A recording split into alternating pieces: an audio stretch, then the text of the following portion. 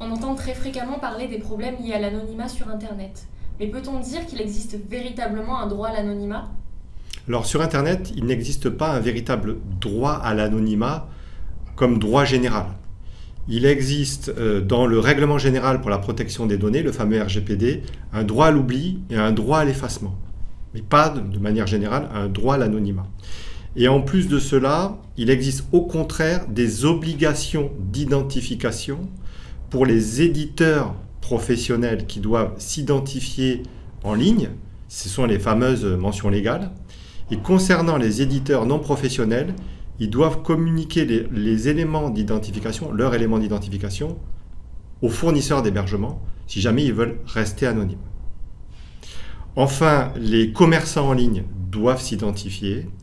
Et puis, il existe aussi une obligation de conservation des données d'identification par les fournisseurs d'accès et les fournisseurs d'hébergement.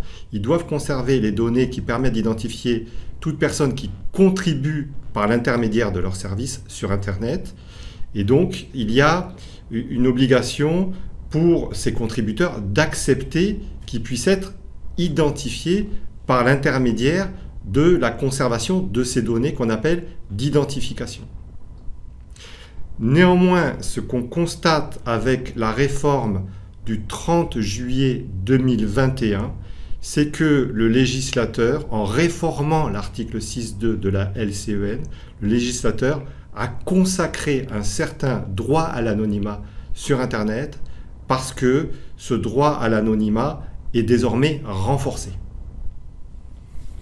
En quoi cette réforme renforce l'anonymat sur Internet?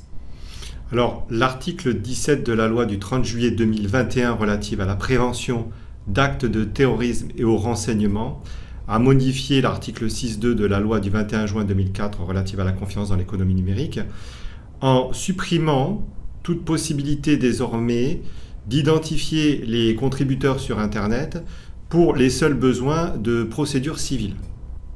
C'est-à-dire qu'on ne pourra utiliser ces données détenues par les fournisseurs d'accès et d'hébergement uniquement pour les besoins de procédures pénales ou également pour les besoins de la sauvegarde de la sécurité nationale ou publique. Donc c'est-à-dire que toutes les identifications que l'on faisait avant sur le fondement de la LCEN pour engager la responsabilité civile des contributeurs n'est plus possible. Et même concernant l'utilisation des adresses IP dans le cadre des procédures pénales, la réforme semble extrêmement sévère et restrictive puisqu'elle prévoit qu'on ne pourra utiliser ces adresses IP que pour les besoins d'identification des auteurs d'infractions pénales graves et pour les besoins de la sauvegarde de la sécurité nationale ou publique. Donc même si une personne non identifiée commet une infraction pénale simple, je dirais, on ne pourra pas utiliser apparemment son adresse IP pour l'identifier et engager sa responsabilité pénale. Donc on voit bien que cette réforme renforce un certain droit à l'anonymat sur Internet et qu'elle va avoir des conséquences en pratique, il me semble, très importantes. Selon vous, cette réforme est nécessaire et justifiée?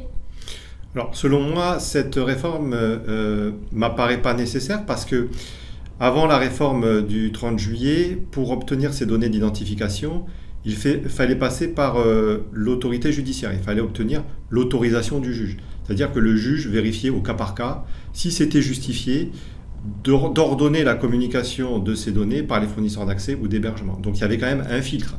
On vérifiait, le juge vérifiait si la demande était légitime, s'il n'y avait pas un risque d'atteinte à la vie privée ou aux données personnelles de la personne qu'on voulait identifier.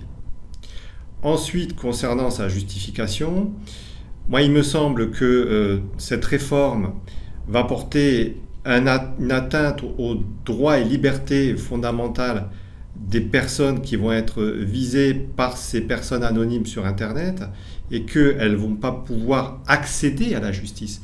Or, le droit d'accéder à la justice, c'est un droit fondamental. Si on ne peut pas identifier ces personnes, comment effectuer un recours contre elles et donc faire valoir ses droits et demander réparation d'un préjudice? Donc on ne pourra plus, sur le plan civil, faire d'action contre les personnes qui vont engager leur responsabilité. Vous n'allez plus pouvoir faire d'action contre ces personnes-là. Par exemple, si vous êtes dénigré sur Internet, le dénigrement, c'est sur le fondement de l'article 1240 du Code civil, donc c'est une faute civile. Vous ne pourrez pas engager la responsabilité de la personne parce que vous ne pourrez tout simplement pas obtenir les données qui permettent de l'identifier. Ensuite, il me semble que cette réforme rompt une certaine égalité devant la loi. Il y a une atteinte au principe d'égalité devant la loi parce que finalement, ceux qui diffusent un contenu sur Internet se retrouvent finalement avec plus de droits que les personnes qui sont concernées par les propos qui sont diffusés et qui, elles, ne vont pas pouvoir engager la responsabilité des diffuseurs.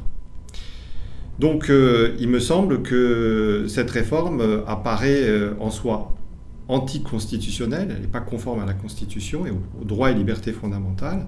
Et en plus, quand on regarde le fond du droit relatif aux données personnelles, et notamment le règlement général sur la protection des données personnelles, son article 23 prévoit qu'on peut limiter les droits des personnes concernées, notamment pour la protection des procédures judiciaires, la protection des droits et libertés d'autrui et l'exécution des demandes de droit civil.